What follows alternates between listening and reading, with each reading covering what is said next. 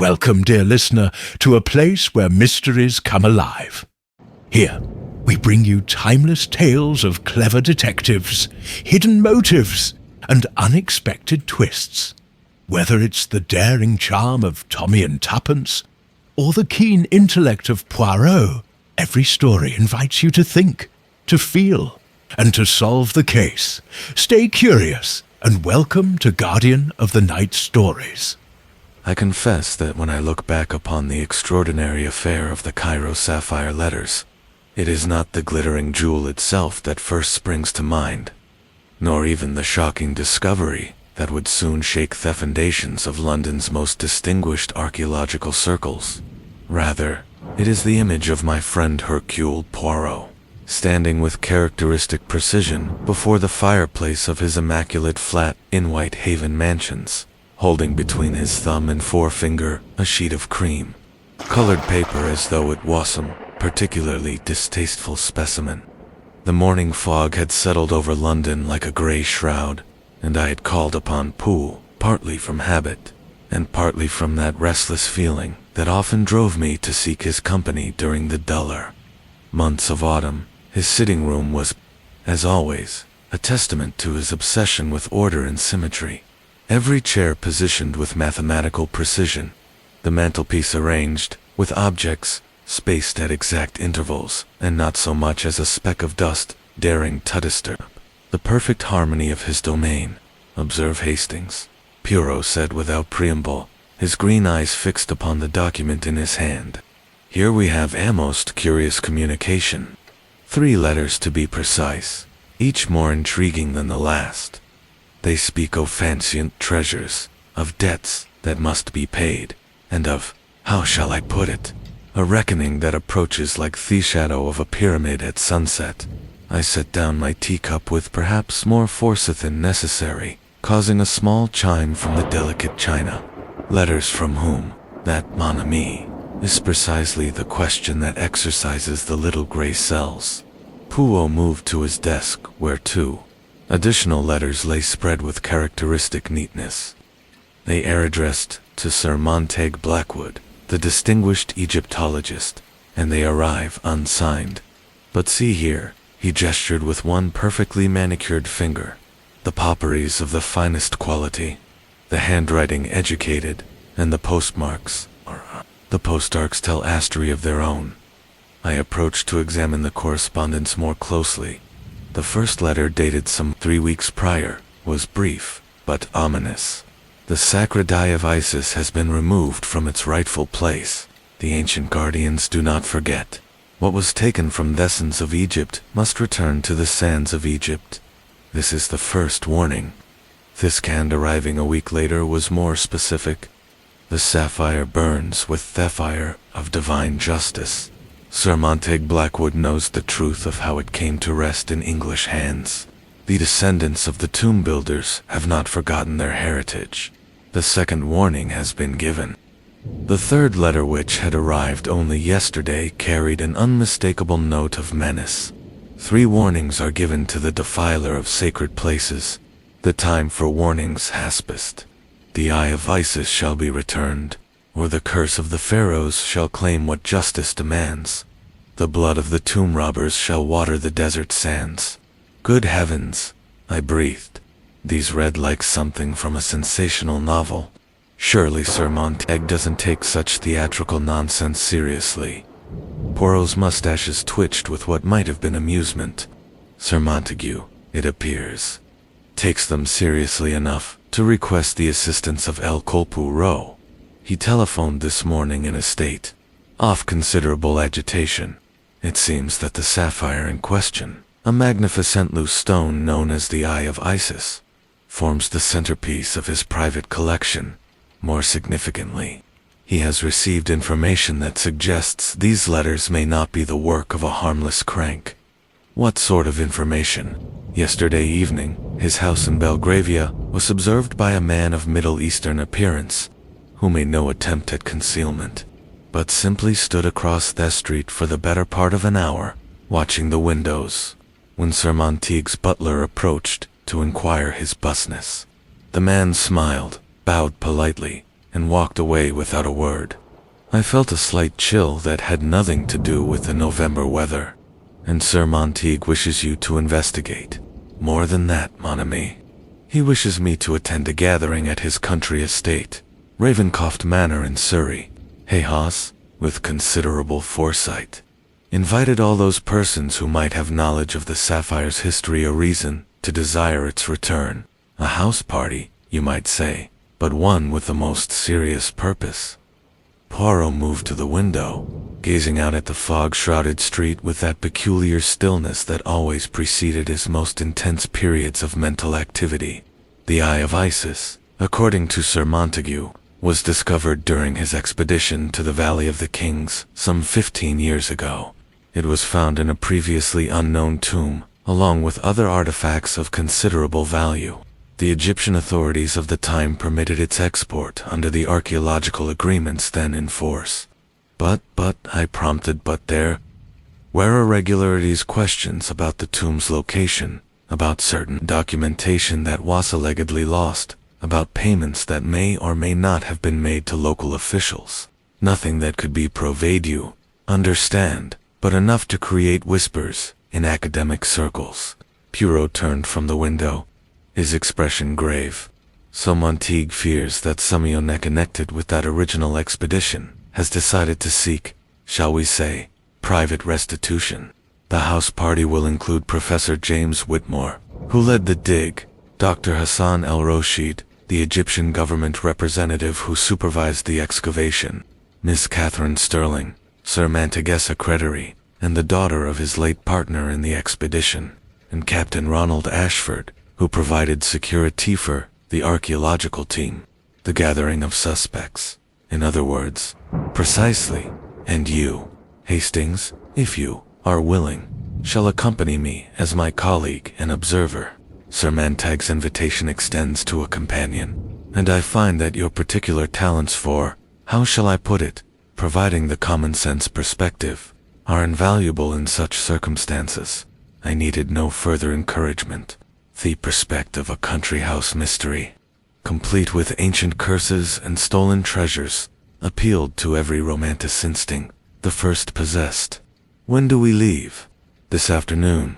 Sir Montague's motor car will collect us at 3 o'clock precisely. Poirot moved toward his bedroom, already mentally preparing for the journey. Pack for 3 days, mon ami, and bring your warmest clothes. Sorry. And November can be most inhospitable, and I suspect we shall need all our faculties unimpaired by physical discomfort. As I prepared to depart from my own flattopack, Poirot called after me. One moment, Hastings, observe this curious detail. He held up the third letter, pointing to a small mark in the corner, a tiny hieroglyphic symbol drawn in blue ink. The Eye of Horus, symbol of protection and royal power. Our correspondent, it would seem, possesses at least some knowledge of ancient Egyptian symbolism. A scholar, then perhaps, or perhaps Mioni, who wishes us to believe they are a scholar. Poirot's eyes gleamed with that familiar light, of intellectual challenge. We shall see, mon ami. We shall see what secrets lie buried beneath the respectable facade of English country society. The journey to Ravenscraft, the journey to Surrey proved uneventful, though I noticed that Poirot spent the entire drive studying a small notebook, occasionally making precise annotations with his fountain pen. Sir Montague had indeed sent his motor car, a magnificent Rolls-Royce driven by a taciturn chauffeur, who navigated the fog-shrouded roads with skill of long practice. Ravenscraft Manor emerged from the mist like something from a Gothic romance, a sprawling Elizabethan structure of weathered stone and mullion windows, its maze disappearing into the gray sky above. Ancient oaks lined the drive, their bare branches forming a natural colonnade that seemed to whisper of secrets and hidden knowledge. Sir Montague Blackwood himself greeted us at the entrance, a tall, spare man in his 60s with iron gray hair and the othered complexion of one who had spent years under the Egyptian sun.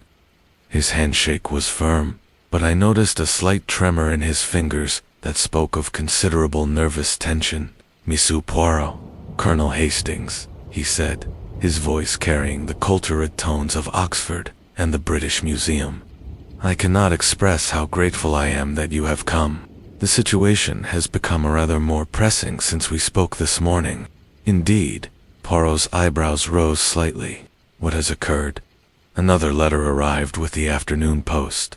Sir Montague led us into a magnificent entrance hall, dominated by glass cases containing Egyptian artifacts. But this one was different. It contained a photograph. He handed Poirot a small envelope. Inside was a single sheet of paper bearing a photograph of the Eye of Isis itself, a magnificent sapphire thesis of a robin's egg, its deep blue surface seeming to glow within a fire. But what made us both start was the setting. The jewel was photographed, not in Sir Montague's collection, but lying upon what appeared to be ancient stone blocks, surrounded by hieroglyphic inscriptions. This photograph was taken in Egypt, Sir Montague said quietly, in the tomb where the sapphire was originally discovered. But that tomb was sealed 15 years ago, and the location was never made public. Whoever took this photographer has access to information that should not exist. Poirot studied the image with his magnifying glass, his expression growing increasingly serious. "The shadows in this photograph suggest it was taken recently within the last few weeks, I would estimate. And see here," he pointed to a corner of the image. "Modern electric lighting equipment is visible. Someone has been conducting unauthorized excavations. But that's impossible, Sir Montague. The Egyptian authorities would never permit." He stopped, his face paling as the implications struck him. "Unless," Poirot said gently, "the Egyptian authorities are not aware of these activities. Or unless someone with considerable influence has arranged for them to look the other way." The sound of approaching footsteps echoed through the hall, and Sir Montague straightened his shoulders with visible effort. "The other guests are gathering for tea. Perhaps it would be best if you met them before we discuss this matter further. I fear that among our assembled company, we may find both the victim and the perpetrator of this curious affair." As we followed our host toward the drawing room, I could not shake the feeling that we were walking not Marilinto, a country house gathering, but into a carefully constructed trap, one that had been 15 years in the making, and whose final spring was about to be triggered by forces as ancient and implacable as the pyramids themselves. The Eye of Isis, it seemed, was about to claim its first victim. The drawing room at Ravenscroft Manor embodied the curious marriage of English respectability and Egyptian mystique that seemed to define Sir Montague's entire existence. Heavy velvet curtains framed tall windows overlooking the misty grounds, while glass cases containing ancient artifacts stood sentinel between overstudied Victorian furniture. A coal fire crackled in the marble fireplace, casting dancing shadows across papyrus scrolls mounted in gilt frames. Yet the atmosphere remained distinctly chilled. 5 people awaited our arrival, arranged about the room with the careful spacing of chess pieces positioned for an opening gambit.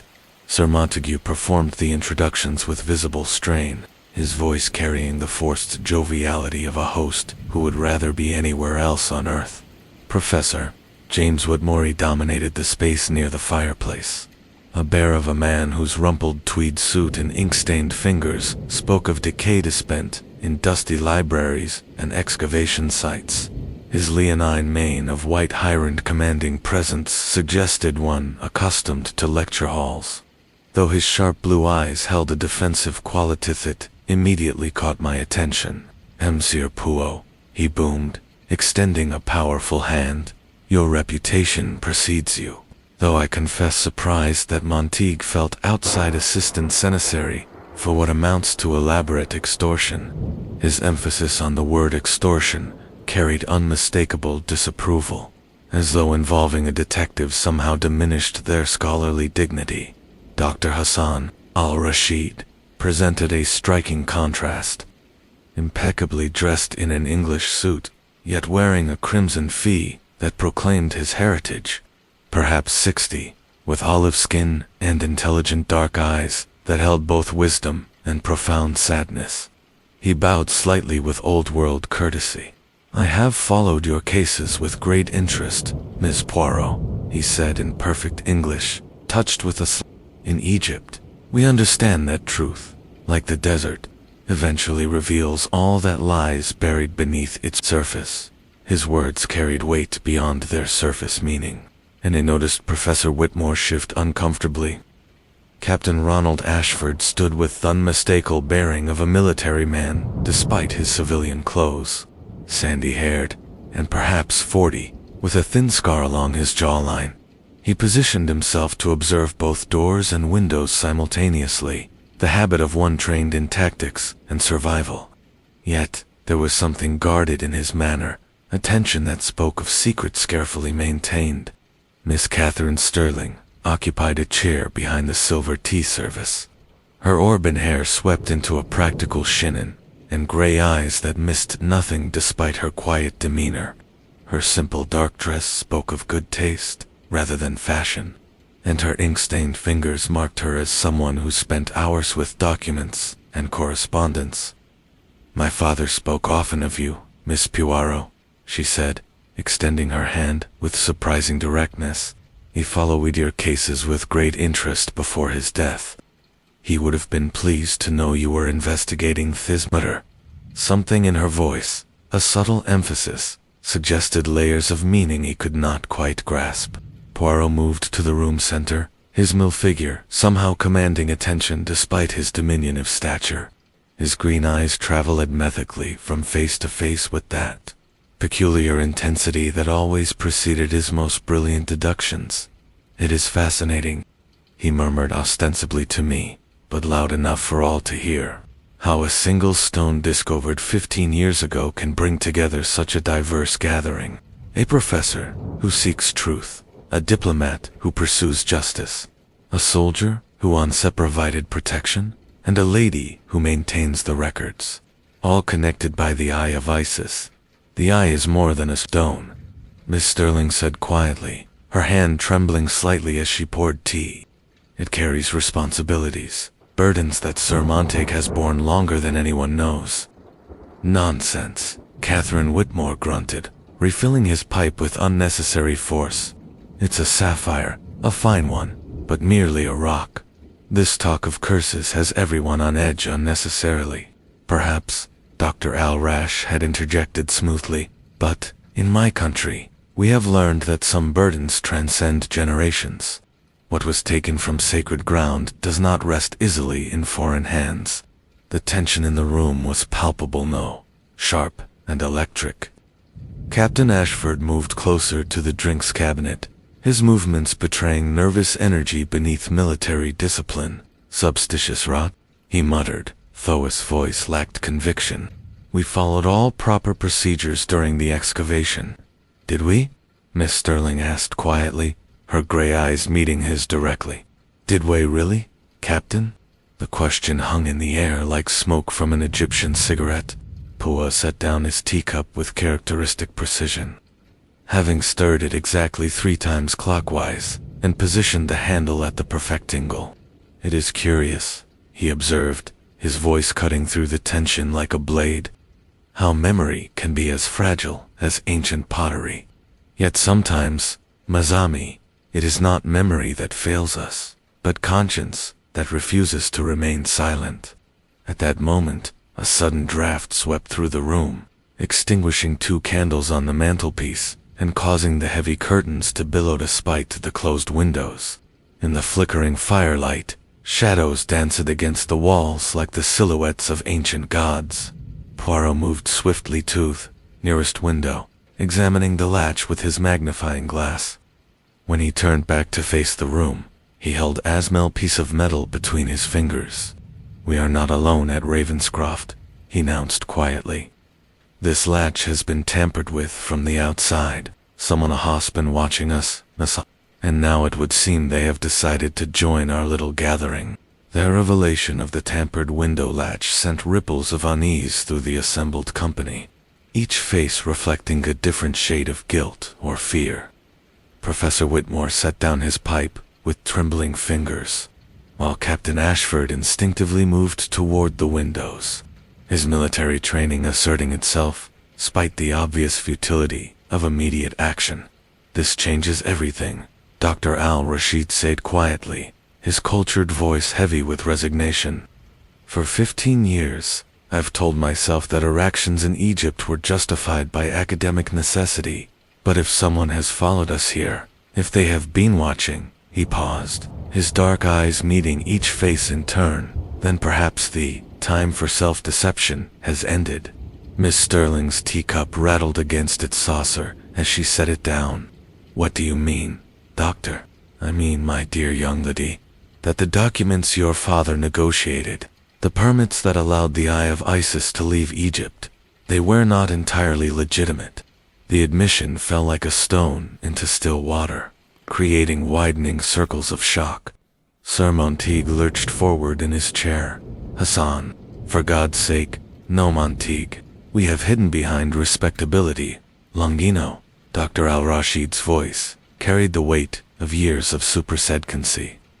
The official export permit listed the sapphire as a minor ceremonial object, of moderate value.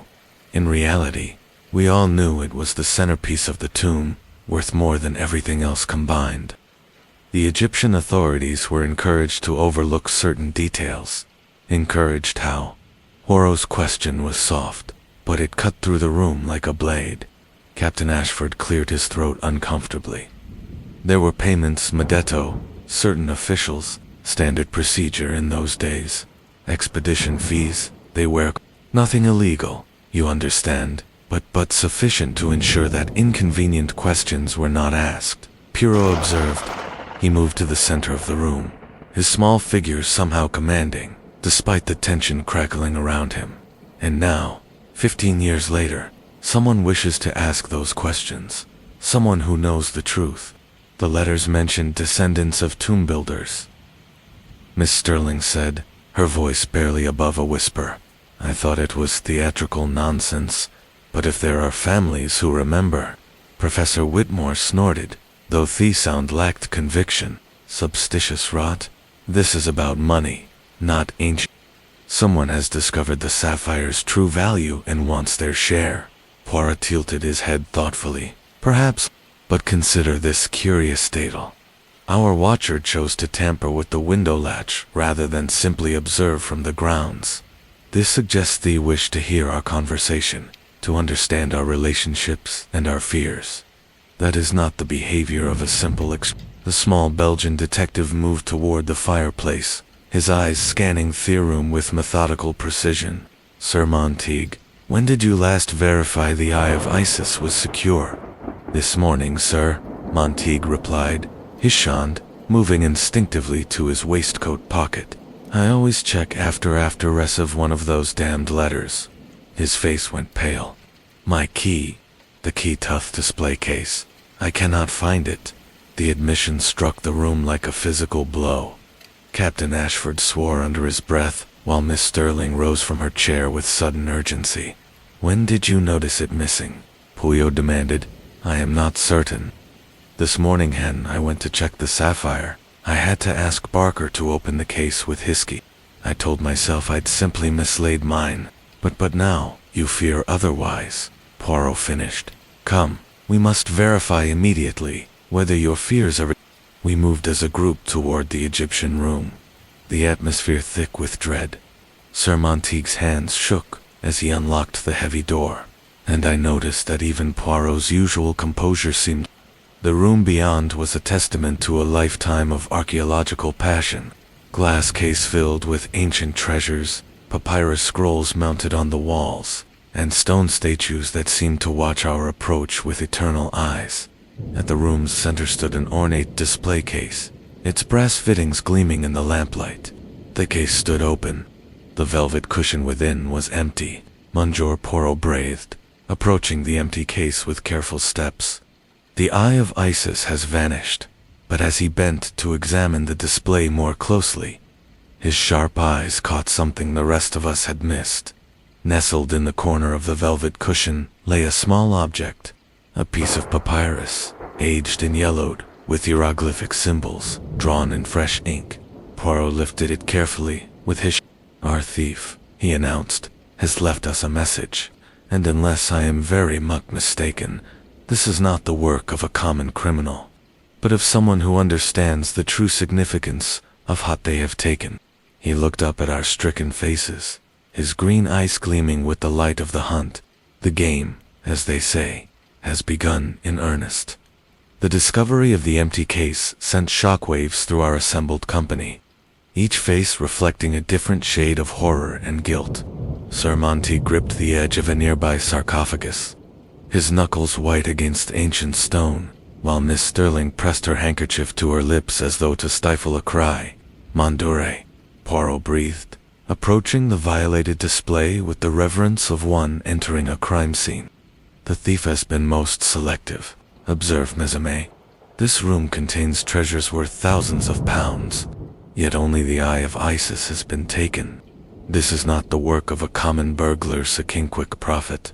Dr. Al-Rashid stepped forward, his scholarly instincts overking his obvious distress. "The papyrus message, may I examine it more closely?" Poirot handed him the fragment with characteristic care. The Egyptian diplomat studied the hieroglyphic symbols with practiced eyes, his expression growing increasingly grave. "This speaks of Maat," he said finally, his cultured voice heavy with significance. "The ancient goddess of truth and justice. The symbols translate Ero as the scales of divine justice demand balance. Let the heart heavy with guilt be weighed against a feather of truth before Ra's chariot rises." "The weighing of the heart," Miss Sterling murmured, her classical education evident. "In Egyptian mythology, the hearts of the dead were weighed against Ma's feather. If found heavy with sin, the soul was devoured." "Precisely," Dr. Al-Rashid confirmed. "But these hieroglyphs, they are simplified, almost crude. The grammar suggests someone copying from a reference book, rather than one truly fluent in sentient language." Professor Whitmore snorted, though the sound lacked his usual conviction. "Theatrical nonsense designed to frighten us. This is about money, not ancient curses." "Perhaps," Poirot replied, his green eye scanning the room methodically. "But consider this curious detail. The glass case shows no signs of forced entry. The lock has been opened with a key, not picked or broken. This suggests our thief possessed intimate knowledge of Sir Montague's habits and access to his person." The implication settled over the room like a shroud. Captain Ashford cleared his throat uncomfortably. "You're suggesting one of us took the blasted thing?" "I suggest nothing yet, mon capitaine. I observe, and I deduce." Poirot moved to examine the window, his magnifying glass catching the lamplight. "The latch here has indeed been tampered with, but, observe, the disturbance is superficial. This was done to suggest an outside intruder, but real entry was through the door, using Sir Montague's missing key." He turned to face the assembled suspects, his small figure somehow commanding, despite the tension crackling through the room. "I must now ask each of you to account for your movements this afternoon from 2 o'clock until the present moment.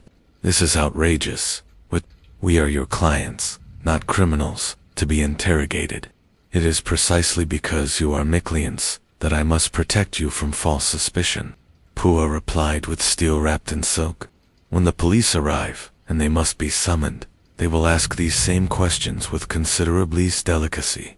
Dr. Al-Rashid spoke first, his dignity intact despite the circumstances. "I was in my room writing correspondence to colleagues in Cairo, letters regarding certain matters of conscience that this affair has stirred. I have no witnesses save my word as a gentleman who has already confessed to one crime of omission." Miss Sterling's grey eyes met Poirot steadily. "I was working in Sir Montague's study, organizing correspondence and filing the latest threatening letter. The work I completed can be verified if necessary. I took a constitutional on the grounds," Captain Ashford said, his military bearing stiff. "Needed to clear my head. This whole business has been rather trying. I may have been observed by one of the gardeners, near the south lawn." Professor Whitmore's face had grown flushed. "I was in the library reviewing my expedition notes. Sir Montague had asked me to prepare a detailed account of the Sapphire's discovery. The barter brought me tea at 2. He can verify my presence. And you, Sir Montague, I was meeting with my solicitor in the morning room until 3 o'clock. Then came directly to greet you and Colonel Hastings. Sir Montague's voice carried the weight of a man watching his world crumble. Poirot's mustaches twitched thoughtfully. So we have a bedroom, a study, the grounds, a library, and a morning room. All separate locations, most without independent verification. Yet someone among you possessed the knowledge and opportunity to take Sir Montague's key and enter this room undetected. He paused, letting his gaze rest on each face in turn.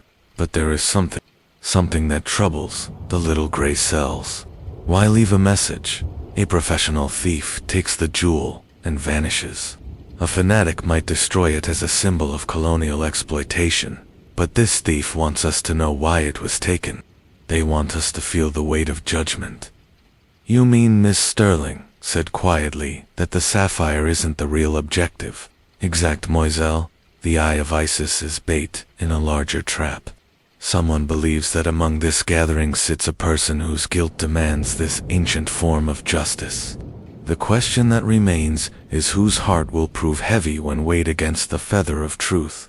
The silence that followed was profound and uncomfortable, broken only by the distant sound of wind rattling the windows. Each person in the room seemed be calculating not only their own secrets, but measuring the guilt they perceived in their companions. Outside, darkness was falling over Ravenscraft Manor, and with it came the growing certainty that before dawn, the scales of Matt would indeed claim their due. The violation of the Egyptian room had transformed the atmosphere at Ravenscraft Manor from one of gentile tension to barreless oppressed panic. Poirot moved with characteristic precision around the empty display case, his sharp eyes cataloging every detail with the methodical care of a surgeon examining a patient. "Observe Mimi," he said, indicating the velvet cushion where the eye of Isis had rested. The thief handled the sapphire hastily. "See here, the fabric shows signs of disturbance, yet there are no careful impressions, such as one would expect from someone who revered the stone's significance." Dr. Al-Rash had leaned closer, his scholarly instincts overcoming his obvious distress.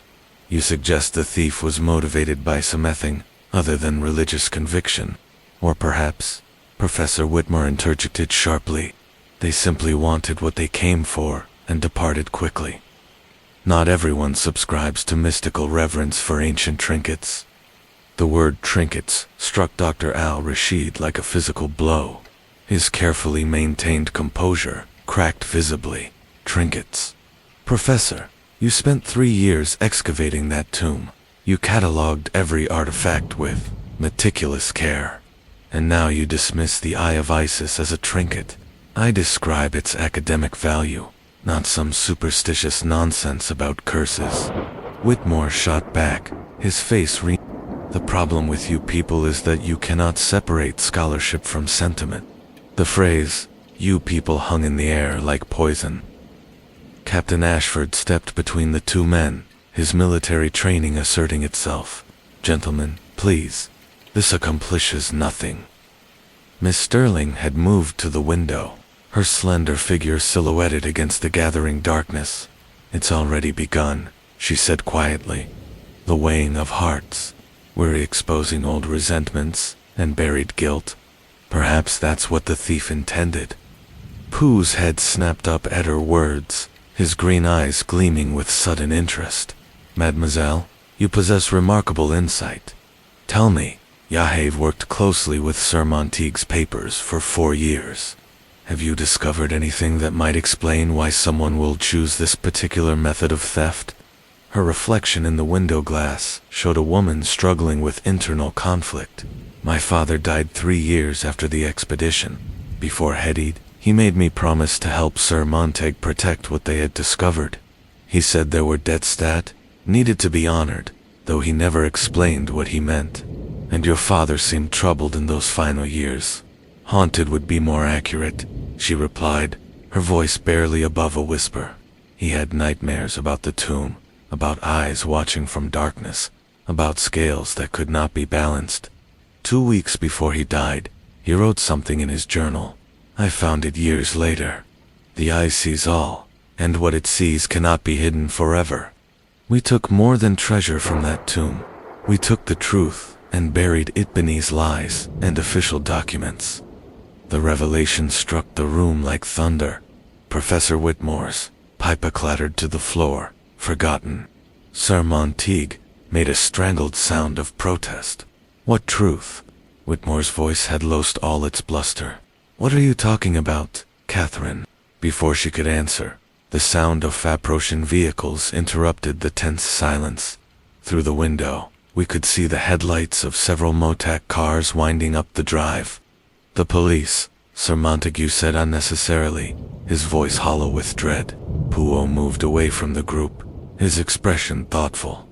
Inspector Morrison from the Surrey Constabulary, he murmured to me.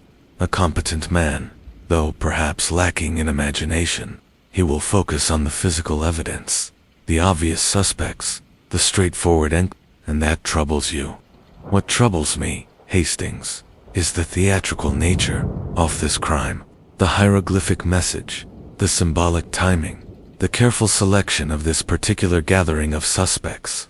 It speaks of a mind that thinks in dramatic terms, that wishes to create not merely theft, but revelation. He glanced back at the assembled company, now arranging themselves with the careful positioning of actors preparing for a performance. Someone in this room orchestrated tonight's events with the precision of a stage director.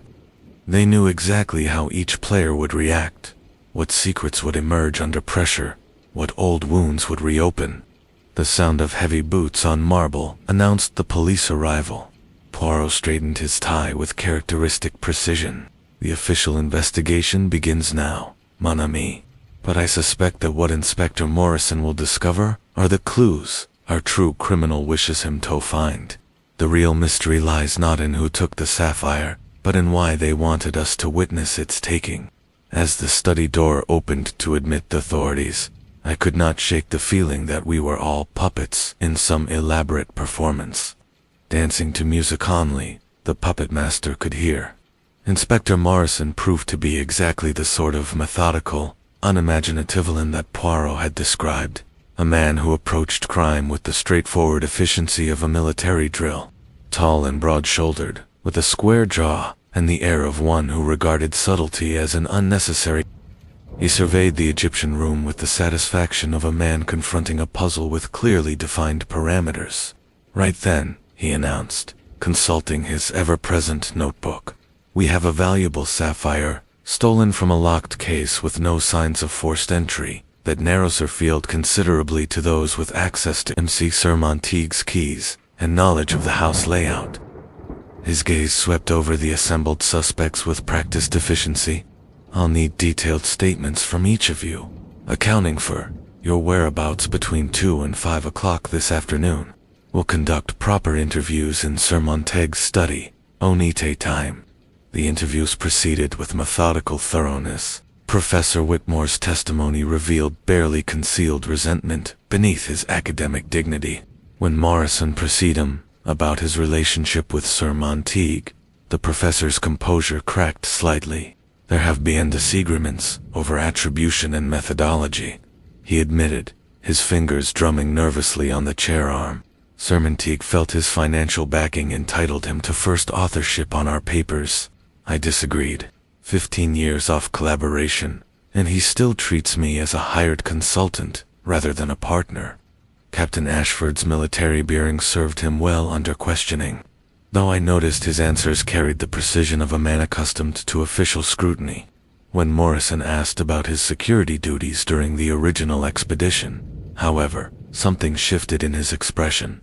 I protected the dig site and transport convoys, he said carefully. My job was to ensure the team's safety and prevent theft by local opportunists. And did you prevent all theft, Captain? The question hung in the air like incense. Ashford's jaw tightened visibly. I executed my duties to the best of my ability under difficult circumstances. If you're suggesting otherwise, I'm establishing facts. Nothing more. Dr. Al-Rashid's interview proved the most revealing. The Egyptian diplomat spoke with the weight of a man finally unburdening himself of a long-carried secret. "I was young and ambitious 15 years ago," he said, his dignity intact despite the confession, when certain irregulars in the export documentation were suggested.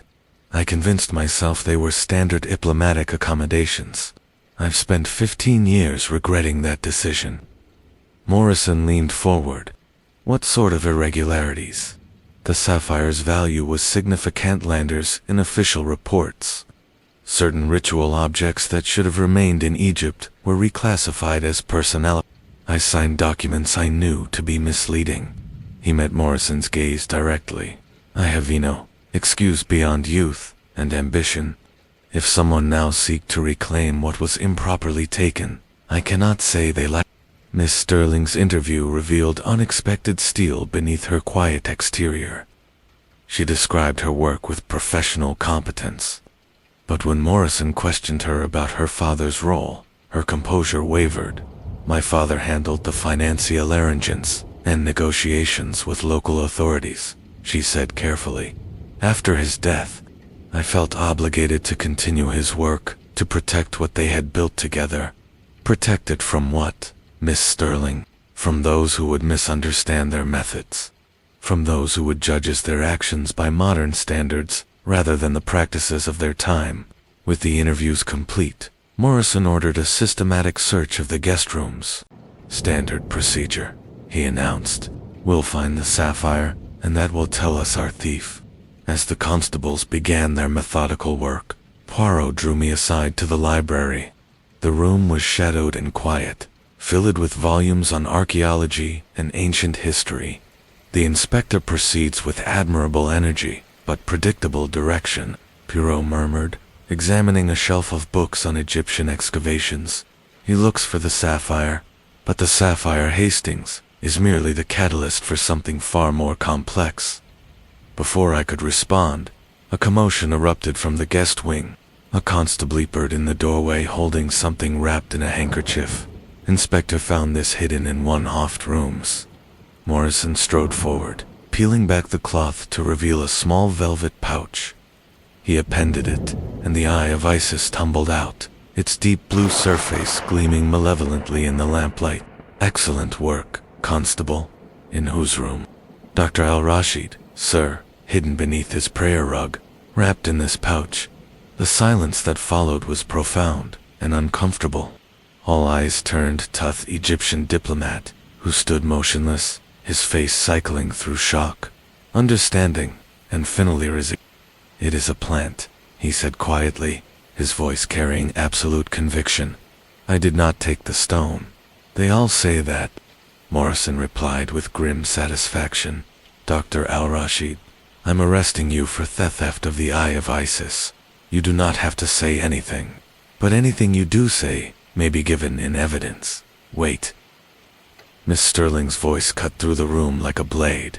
She stood abruptly, her face pale, but determined. "Hercule Dant, have put it there. I saw him in the garden during the time the theft occurred, from the study window. He was walking on the terrace, never near the house." Morrison's confident expression faltered. "You said earlier you were in Sir Montague's study the entire afternoon." "I was, but I could see the gardens clearly. Dr. Al-Rashid was visible for most of the time in question." The inspector looked from the stone to the woman to the accused man, his simple narrative crumbling before his eyes. "Then how did it get in his room?" Puss stepped forward, his small figure somehow commanding, despite the chaos around him. "Because, Inspector, someone wished for it to be found there. Someone who understood that Dr. Al-Rashid was the perfect scapegoat. A foreigner who had spoken openly of returning the stone to Egypt. A man whose conscience was already burdened with guilt."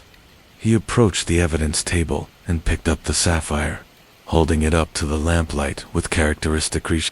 After a moment of intense examination, his expression changed dramatically. "But there is a far more significant problem, Inspector. This stone is not the Eye of Isis." Gasps echoed around the room. Sir Montague snatched the jewel from Poirot's hands. examining it frantically with a jeweler's loupe he produced from his waistcoat. "Mondure, he's correct," Sir Montague whispered, his face going ashen. "The natural inclusion, the tiny floor that makes the eye unique, it's missing. This is paste. Excellent quality, but glass nonetheless." The revelation struck the assembled company like a physical blow. Professor Whitmore sank into a chair, while Captain Ashford moved instinctively toward the window's usto, preparing for siege. Poirot's voice dropped to that dangerous whisper that always preceded his most brilliant dictions. "So, we have a theft that is not a theft. Planted evidence pointing to an innocent man and a priceless sapphire that has been replaced by clever forgery. The question that now presents itself is this: when was the real Eye of Isis stolen? Was it today, or has it been missing for much longer than any of us suspected?" He turned to face the assembled suspects, his green eyes gleaming with the light of the hunt. "I suggest, Mommy, that we are not dealing with simple theft, but with something far more complex, a crime that may have been years in the planning, and whose true objective is not the sapphire itself, but something infinitely more valuable." The silence that followed was pregnant with possibilities, each face in the room reflecting a different shade of fear, guilt, or dawning comprehension. Outside, the November wind rattled, the windows like skeletal fingers, and somewhere in the depths, off Ravenscraft Manor, the real game was only just beginning.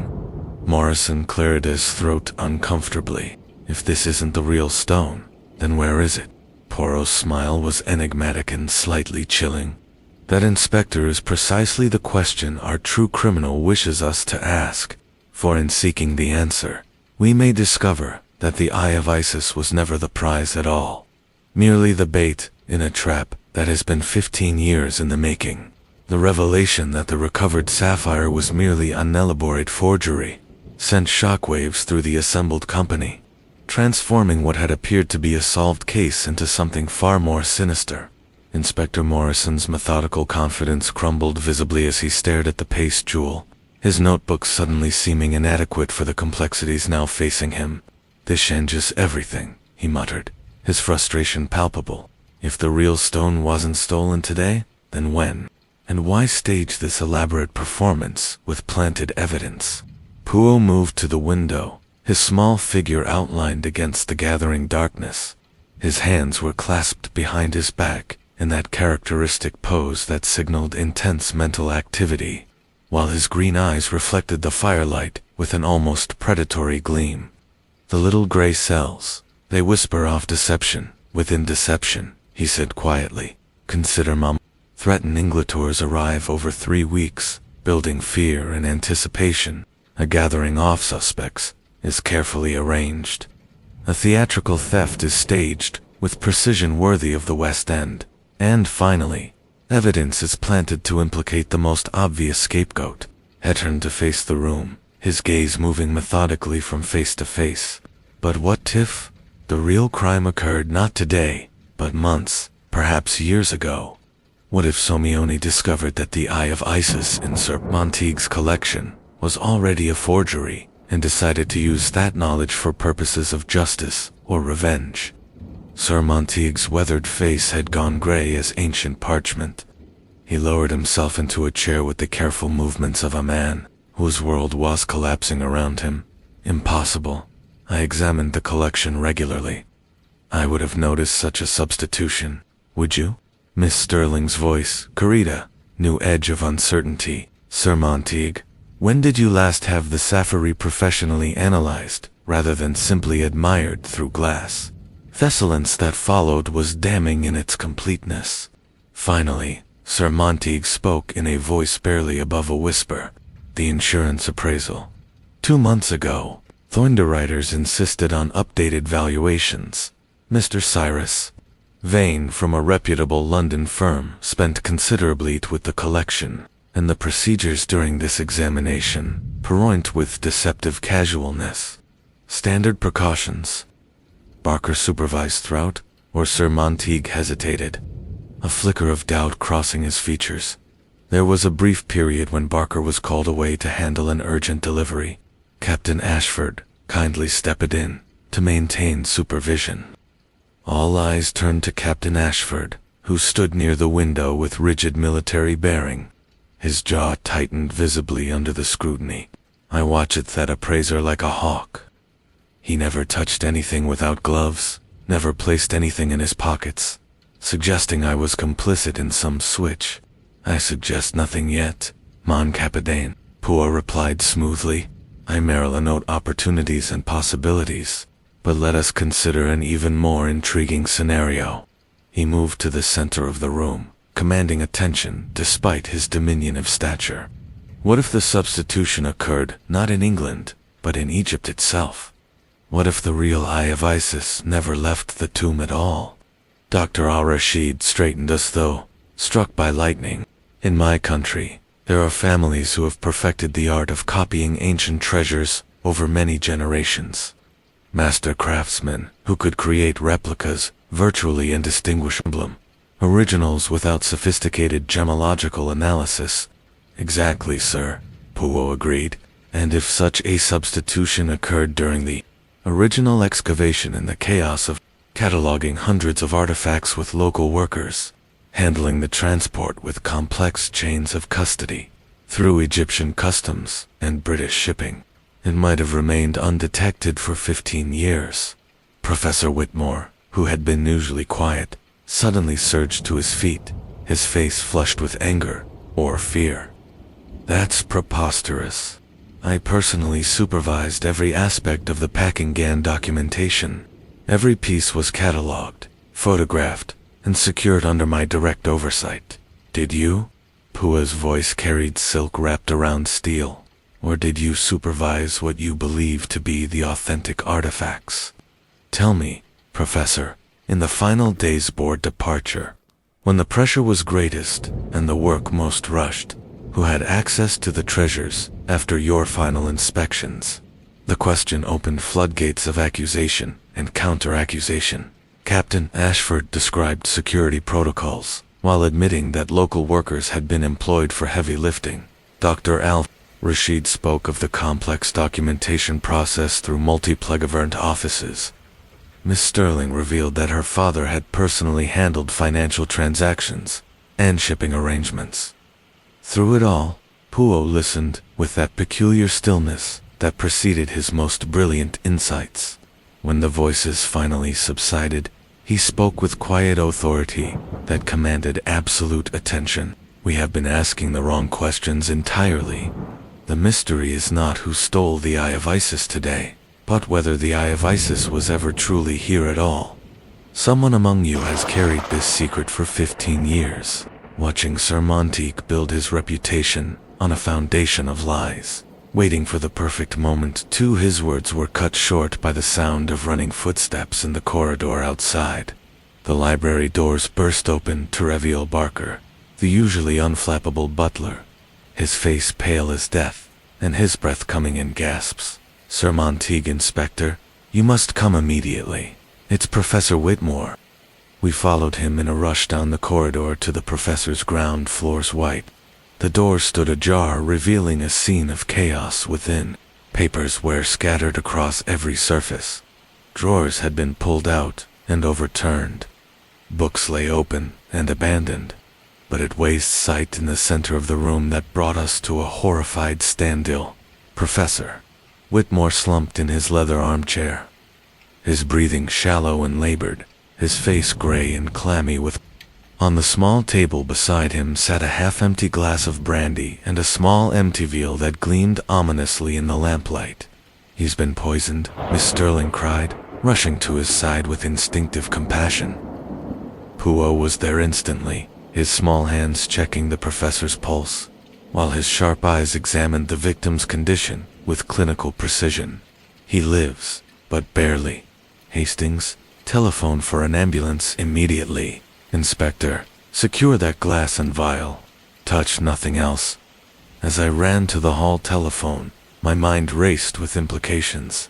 Suicide born of guilt or attempted murder, to silence a dangerous witness. The timing seemed far too convenient, coincidental. When I returned, Poirot was kneeling beside the unconscious professor, carefully collecting samples of white powder from the table surface into a small envelope. The ambulance had been summoned, but the atmosphere in the room was thick with dread and barely suppressed panic. Whatever substance used in that vial acted with considerable swiftness. Poirot observed grimly. "You'd observe this curious detail? There is no suicide note visible. Yet look at his hands." We looked. Professor Whitmore's fingertips were stained with fresh ink, and a crumpled sheet of paper lay beneath his fallen chair. Poirot smoothed it out with infinite care, revealing writing that grew increasingly erratic. Toward the bottom, "Montague, I can no longer carry this burden of guilt." The letter spoke truth, weather-disturbed things that should have slept in eternal peace. The sapphire was never. "Two seeds take. The blood of innocents stains our hands. I haven't decided to end this torment before." The sentence trailed off into a nillable scrawl, the pen having apparently fallen from nerveless fingers. "A confession?" Inspector Morrison asked, reading over Poirot's shoulder with evident relief. "Guilt over the theft drove him to suicide. Or," Poirot said softly, his voice carrying dangerous certainty, "someone wished it to appear so." Observe the position of the pen on the floor. It lies to his left, yet Professor Whitmore is. The ink stains are on his right hand, consistent with writing. But see this smear on the paper?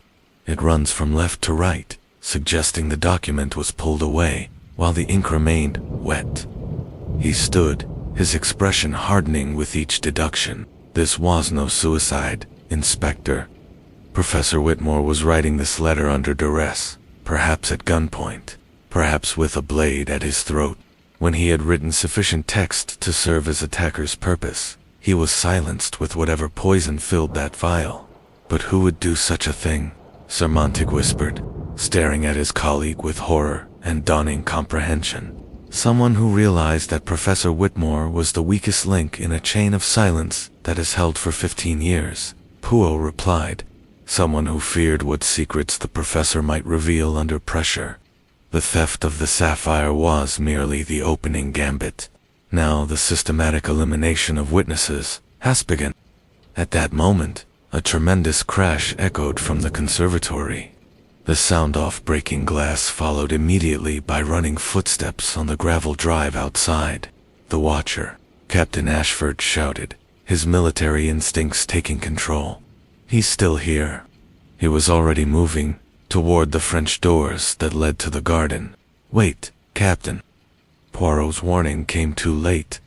Ashford had already plunged through the doors into the darkness beyond. "Inspector, your constables," Poirot commanded with sharp authority, "surround the grounds immediately, but exercise extreme caution.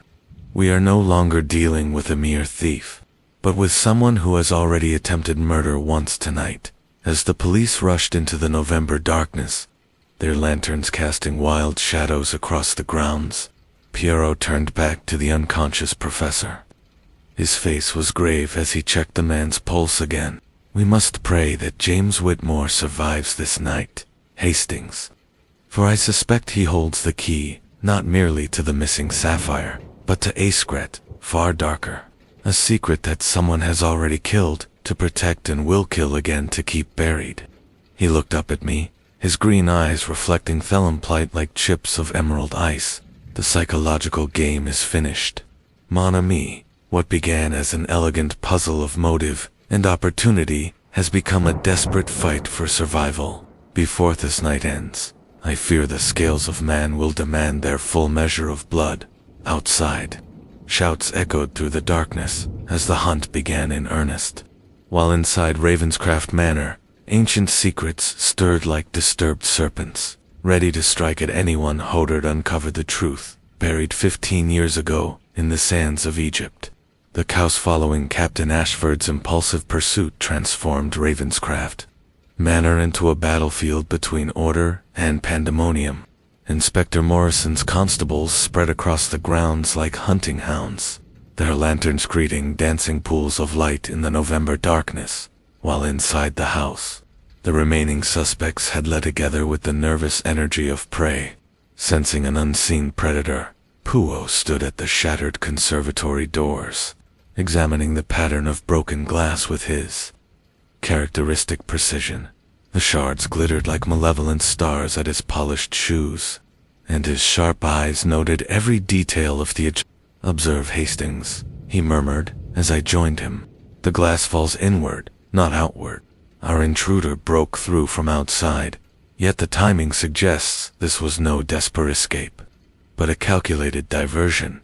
Captain Ashford returned moments later, his face flushed with exertion and frustration, accompanied by 2 constables who shook their heads insolent negation. "Lost him in the woods beyond the south lawn," he reported, his military bearing, unable to disguise his anger at failure. Whoever it was knew the grounds intimately.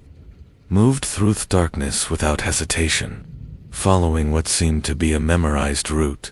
"And what did you observe of this mysterious figure during your pursuit?" Poirot inquired with deceptive earnestness. "Medium height, dark clothing, moved with considerable agility. Could have been male or female in the darkness." Ashford paused, his expression troubled. But there was something familiar about the way they moved, the rhythm of their stride. Efficient, economical, no wasted motion, the gait of someone accustomed to carrying heavy loads over rough terrain. The village doctor chose that moment to enter, pulling off his gloves with the grave expression of one who had wrestled with death and achieved only a temporary victory. "Professor Whitmore is alive, but barely," he announced. "Some form of alkaloid poison, carefully administered. I've given him emetisix and stimulants, but his survival remains." "Carefully administered." Poirot's eyebrows rose sharply. "You are certain of this, Doctor?" "The dosage was precise, enough to incapacitate and create the appearance of fatal poisoning, but not quite enough to ensure death. Someone with medical knowledge calculated this very carefully." "Indeed." Dr. Al-Rashid shifted uncomfortably in his chair. "I have medical training from Cambridge," he admitted, "but I'm not the only person present with such knowledge." "Indeed not," Poirot agreed, his gaze moving methodically around the room. "But let us consider another curious detail." He moved to examine a photograph on the mantelpiece, a faded image of the original expedition team standing before the entrance to a tomb. "This photograph was taken 15 years ago, yet I count 6 people in the image. We have Sir Montague, Professor Whitmore, Dr. Al-Rashid, Captain Ashford, and Mr. Sterling, Miss Catherine's father. But who is this 6th figure, standing slightly apart from the others?" We all crowded around the photograph. The 6th person was indeed present, positioned at the edge of the frame, as though reluctant to be included, their face partially obscured by shadow. Sir Montague's face went ashen as recognition. "Good God, I had forgotten entirely. That's Barker, my butler, who was our expedition photographer and general assistant before entering my service here in England." The revelation struck the room like a physical blow. Barker, the invisible servant who moved through the house like a ghost, who had access to every room and every secret, who had supervised the insurance appraisal when the Sapphire might have been switched. "Where is Barker now?" Poirot's voice carried deadly urgency. Inspector Morrison was already moving toward the servants' quarters, returning moments later with grim news. "His room is empty. Bed hasn't been slept in. The other servants say he left shortly after the ambulance departed, claiming he needed medical supplies from the village." "He is not returning," Poirot said, with certainty. "Captain Ashford, the movement pattern you found familiar. It was Barker's gait, was it not? The stride of a man who spent years carrying photographic equipment across desert sands. Miss Sterling, who had remained silent throughout these revelations, suddenly produced a worn leather journal from Hercule. "There's something else you should know. My father kept a private diary during the expedition. The final entry describes something he called the unforgivable sin. He wrote that if the truth ever emerged, it would destroy them all." Poirot took the journal with reverent care, his eyes scanning the faded handwriting with intense concentration. As he read, his expression transformed. The pieces of an impossibly complex puzzle clicking into place behind his green eyes. "Missy," he said finally, his voice carrying the weight of terrible revelation. "We have been investigating the wrong crime entirely. The theft of the Eye of Isis is merely the symptom of a far deeper wound." He closed the journal with deliberate precision. "The sapphire is not simply a according to Mr. Sterling's notes, it functions as a key, a physical mechanism designed to unlock a hidden chamber within the original tomb. The expedition didn't just loot artifacts. They discovered the entrance to the legendary treasury of Thutmose, but they needed the Eye of Isis to access it." The implications settled over the room like a shroud. Dr. Al-Rashid's face went pale as understanding dawned. The text spoke of a hidden treasury. "We never found it, because we assumed the references were metaphorical. But someone realized the truth," Poirot continued. "Someone stole the real sapphire months ago, replacing it with a forgery to buy time. Time to return to Egypt, to locate the tomb, to claim the greatest archaeological prize in history." "Barker," Sir Montague whispered. "He had access during the insurance appraisal. He could have made the switch then." "Perhaps," Poirot replied, "but consider—" The threatening letters were not directed at Sir Montague's victim, but as warning to the true thief. Someone else discovered the plan and demanded their share. When negotiations failed, they chose exposure over exclusion. "Blackmail among thieves," Inspector Morrison muttered. "Precisely. And when the blackmailer pushed too hard, the thief struck back." Professor Whitmore Wasslinkst, not because he was guilty, but because he had discovered who possessed the real sapphire. Poirot moved to the window, staring out into the darkness where police lanterns bobbed like fireflies. "Barker has spent 15 years in this house, invisible and patient, waiting for the perfect moment to claim his prize. Boutsomion, perhaps Professor Whitmore, perhaps another member of the expedition, threatened to expose him before he could complete his plan." He turned back to face us, his expression grave. "The scales of Mayotte demand balance me. But the question that remains is whether justice will be served by law or by the ancient judgment that has already claimed one. Victim and threatens to claim more."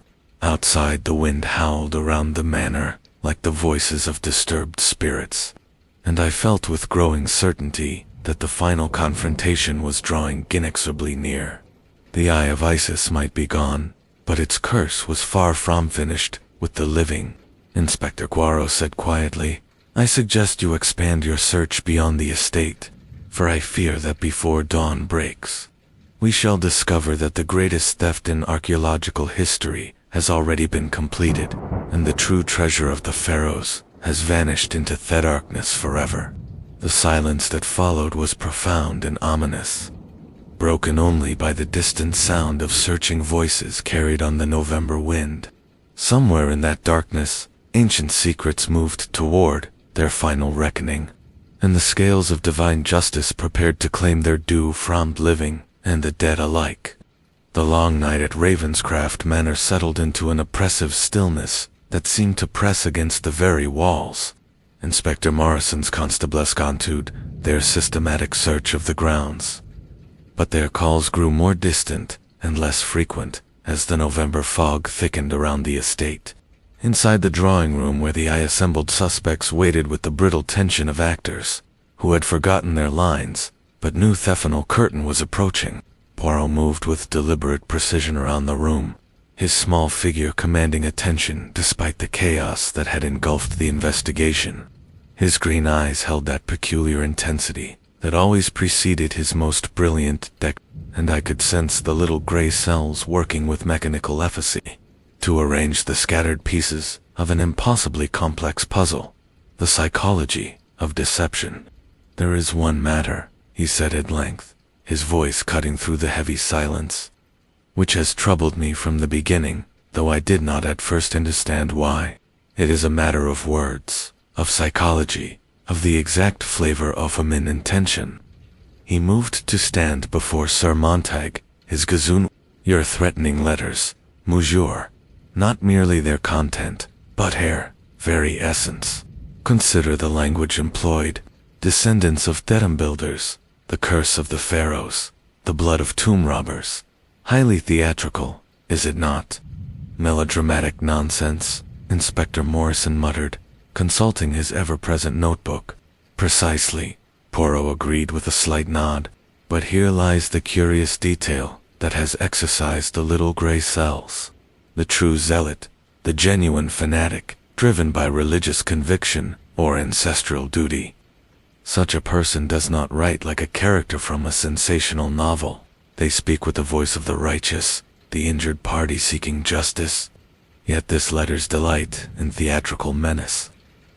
In the imagery of curses and ancient vengeance. He paused, allowing his words to settle over the room like dust on forgotten artifacts. The author of Theosy Communications knew their audience intimately. They understood that Sir Montague, with his lectures on wireless programs about ancient curses and his popular books about the dangers of disturbing the dead, would be particularly susceptible to such atmospheric threats. Miss Sterling's teacup rattled against its saucer as she set it down with trembling fingers. Are you suggesting the letters were written by someone in this house? I'm suggesting, mademoiselle, that they were written by someone who possessed intimate knowledge not only of Sir Montague's psychological vulnerabilities, but also of the original expedition. Observe this curious detail. The reference to descendants of the tomb builders is not a phrase one encounters in guidebooks or popular literature. It appears in only one source. Professor Whitmore's unpublished monograph on the Valley of the Kings, a draft that exists in Santigue's private library. The hidden chamber. Dr. Al-Rashid leaned forward with scholarly intensity. If the letter writer had access to Sir Montague's brief papers, they would have discovered other secrets as well. The expedition records, the architectural drawings, the financial arrangements. Exactly. So, Poirot replied, moving toward the door with sudden purpose. Inspector, I believe we must examine Sir Montague's study immediately. There is evidence there that will illuminate the true scope of this conspiracy. We ascended to the second floor as A group, the atmosphere thick with anticipation and dread. Sir Montague's private study proved to be scholar's sanctuary. Leather-bound volumes reaching to the ceiling, filing cabinets arranged with military precision, in a massive desk covered with maps and archaeological diagrams. Poirot moved directly to the expedition files, his fingers dancing across the documents with practiced efficiency.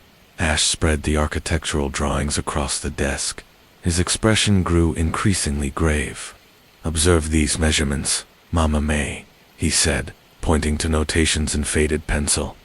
The dimensions of the burial chamber do not correspond to the wall measurements recorded here.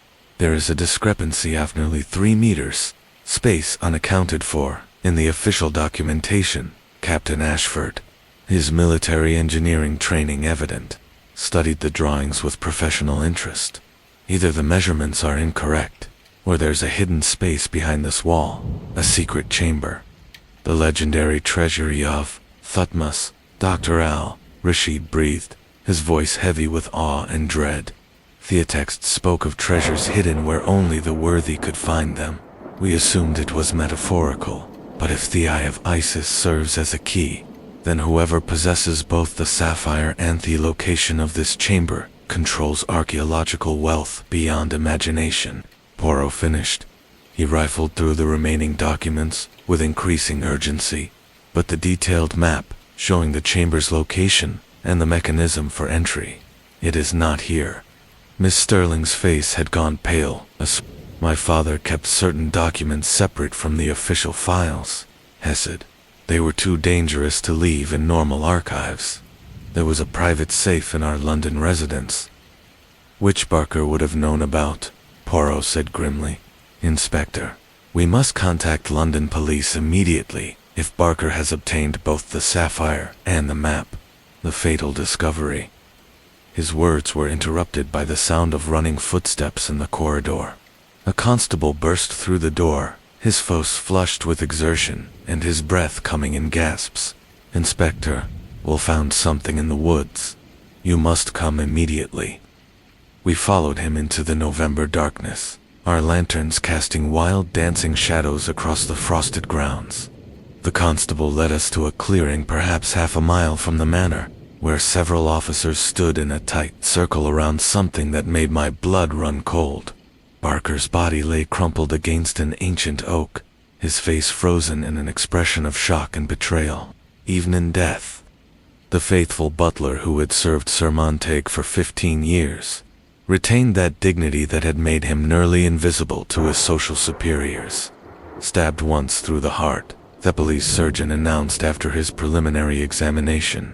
Death would have been nearly instantaneous. The weapon appears to be thin blade, precisely placed by someone with anatomical knowledge. Poirot knelt beside the body with characteristic care, his sharp eyes cataloging every detail of the scene. The dead man's pockets had been systematically searched, their contents scattered across the frozen ground, a wallet, a pocket watch, loose change, but nothing of real significance. "The sapphire is not here," Poirot observed, rising to his feet with flute grace, "nor any map or documents. Our thief has been robbed by someone even more ruthless and determined." But Holmes knew about Barker's plan, Inspector Morrison demanded, his frustration evident in every word. "Someone who has been orchestrating this entire affair from the shadows," Poirot replied, his voice carrying terrible certainty. "Someone who sent those threatening letters, not to Sir Montague's victim, but to flush out the true thief.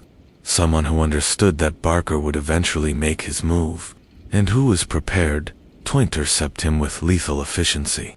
The web of guilt, as we returned to the manor, Poirot's demeanor grew increasingly somber. The discovery of Barker's murder had transformed the investigation from a Gentile puzzle into something far more dangerous and immediate. "The pattern becomes clear," he said, as we gathered once more in the drawing room.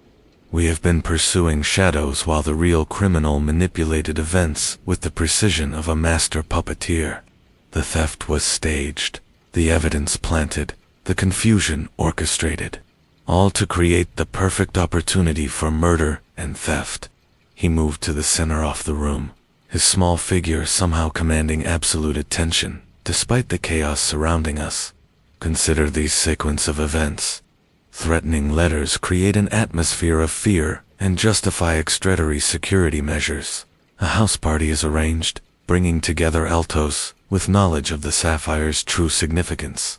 A theatrical theft is staged, complete with planted evidence scapegoats. And finally, when the true thief emerges from hiding, he is eliminated with surgical precision." Miss Sterling's gray eyes reflected sapphire light like chips of flint. "You're suggesting that someone in this room planned Barker's murder?" "I am suggesting, mademoiselle, that someone in this room has been planning far more than murder. They have been orchestrating the perfect crime, one that would eliminate their rivals, claim the greatest archaeological prize in history, and leave them free to enjoy their spoils without fear of exposure." The silence that followed was profound and uncomfortable, broken only by the distant sound of wind rattling the windows like skeletal fingers demanding entry. Each face in the room reflected a different shade of fear, guilt, or dawning comprehension as Poirot's words settled over them like a shroud. "Tomorrow morning," he announced with quiet authority, "I will require you all to assemble in the Egyptian room. There, beneath the watchful eyes of the ancient gods, whose treasures you have coveted, we shall weigh the hearts of the living against the feather of truth. For I know now who wrote those letters, who staged tonight's deceptions, and who murdered both Professor Whitmore and faithful Barker in pursuit of a prize that has already claimed too many lives."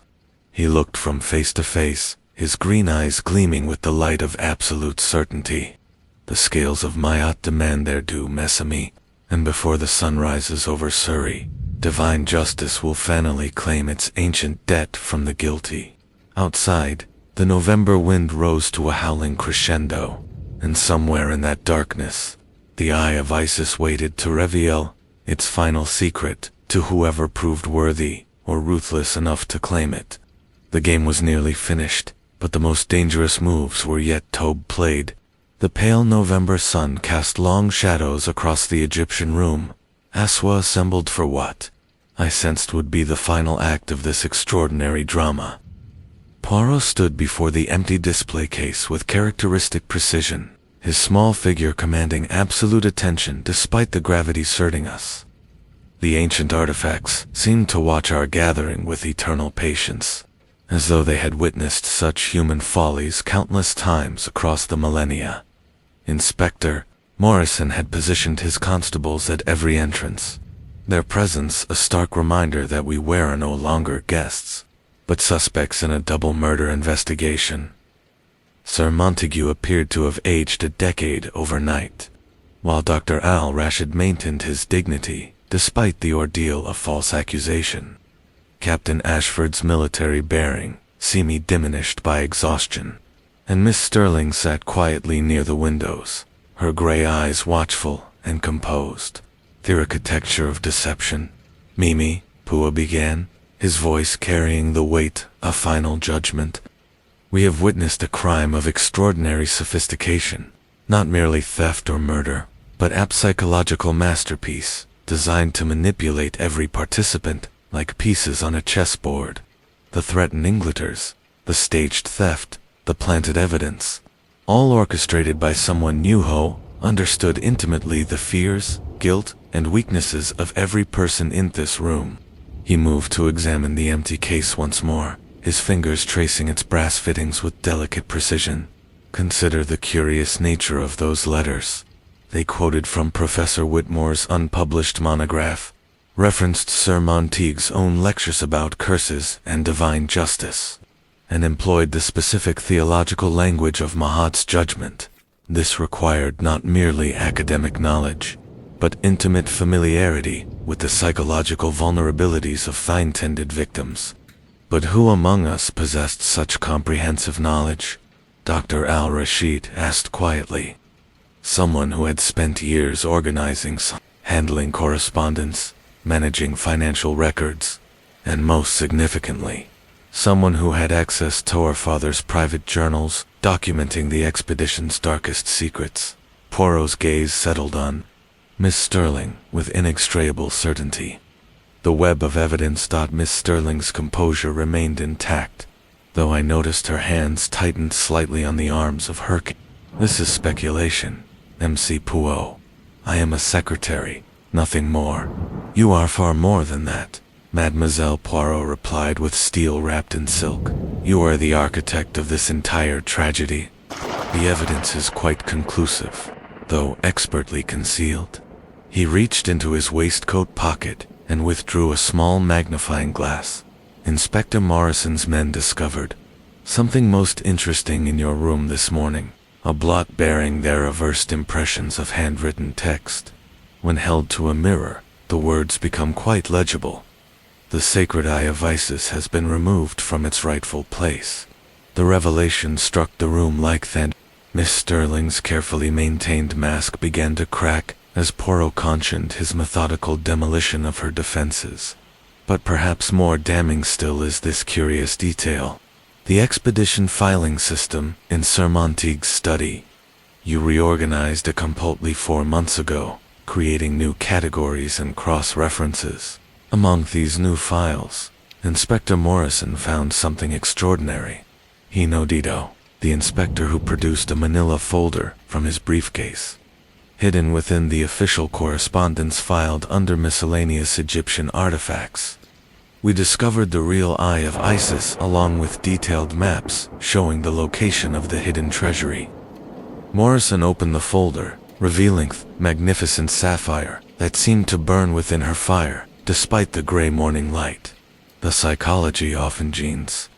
Sir Montague gasped, staring at the jewel with a mixture of awe and horror. But how? When did you? The substitution occurred during the insurance appraisal 2 months ago. Poirot explained. Miss Sterling had discovered Barker's earlier theft in replacement of the stone with a forgery, but rather than expose him, she saw an opportunity for something far more elaborate. She allowed Barker to believe his deception remained undetected, while she planned her own form of justice. Miss Sterling finally spoke, her voice carrying a new edge of defiance. My father died, consumed by guilt over what they did in Egypt. He wrote obsessively about debts that could never be repaid, about treasures stolen from dead. While Sir Montague built his reputation and fortune on those crimes, we were left with nothing but shame and poverty. So you decided to become the instrument of divine justice, Poirot observed. You wrote the threatening letters to create an atmosphere of fear and guilt. You staged the theft to flush out Barker, knowing he would panic and reveal himself. You poisoned Professor Whitmore when he grew suspicious of your activities. And finally, you murdered Barker in those woods to claim the prize you believed was rightfully yours. The final revelation. The evidence of your guilt extends beyond mere opportunity. Mad Moiselle. The poison used on Professor Whitmore was digital, taken from Sir Montague's locked medicine cabinet. Only someone with regular access to his private quarters could have obtained it. The knife that killed Barker came from the conservatory tool shed, a location you visited regularly in your capacity as household manager. Miss Sterling stood slowly, her gray eyes blazing with years of suppressed fury. They deserved everything happened to them. My father was the expedition's true scholar, yet Montague took all the credit, all the glory. We were forgotten, dismissed, left to struggle while he lived in luxury built on stolen treasures. And for that perceived injustice, Poirot said quietly, you were willing to commit murder, to destroy lives in pursuit of what you called divine justice. No, mademoiselle. What you sought was not justice, but revenge dressed in the robes of righteousness. Inspector Morrison stepped forward with his handcuffs as the full weight of the evidence settled over the room. Catherine Sterling. I'm arresting you for the murders of Charles Barker and the attempted murder of Professor James Whitmore, as they led her away. Her final words echoed through the Egyptian room with chilling conviction. The scales of Mahat have been balanced at last. The guilty have been punished, and the treasures of Egypt will return to their rightful home. Justice and reflection. Later, as we prepared to depart Ravenscraft afar, Poirot stood once more before the ancient artifacts, his expression thoughtful and melancholy. The case is closed, Hastings, but the tragedy continues. Miss Sterling sought to weigh the hearts of others against the feather-off truth, but in doing so, she made her own heart heavy with the weight of murder and betrayal. He adjusted his hat with characteristic precision, his green eyes reflecting the pale sunlight streaming through the windows. The Isis returns to Egypt as it should, but the human cost of this ancient treasure will echo through the years to come. Justice, mon ami, is a delicate balance, and once disturbed by human hands, it rarely finds its equilibrium again. As we walked toward the waiting motor car, the morning mist finally lifted from the grounds of Ravenscraft, revealing the estate in all its faded grandeur. Behind us, the house stood silent and watchful, its windows reflecting the sky like the unseeing eyes of ancient godswall, had witnessed the folly of mortals and found them wanting. The affair of Cairo Sapphire letters was finished, but its lessons would linger long in the memory, a reminder that the greatest treasures often exact the highest price from those who cover it.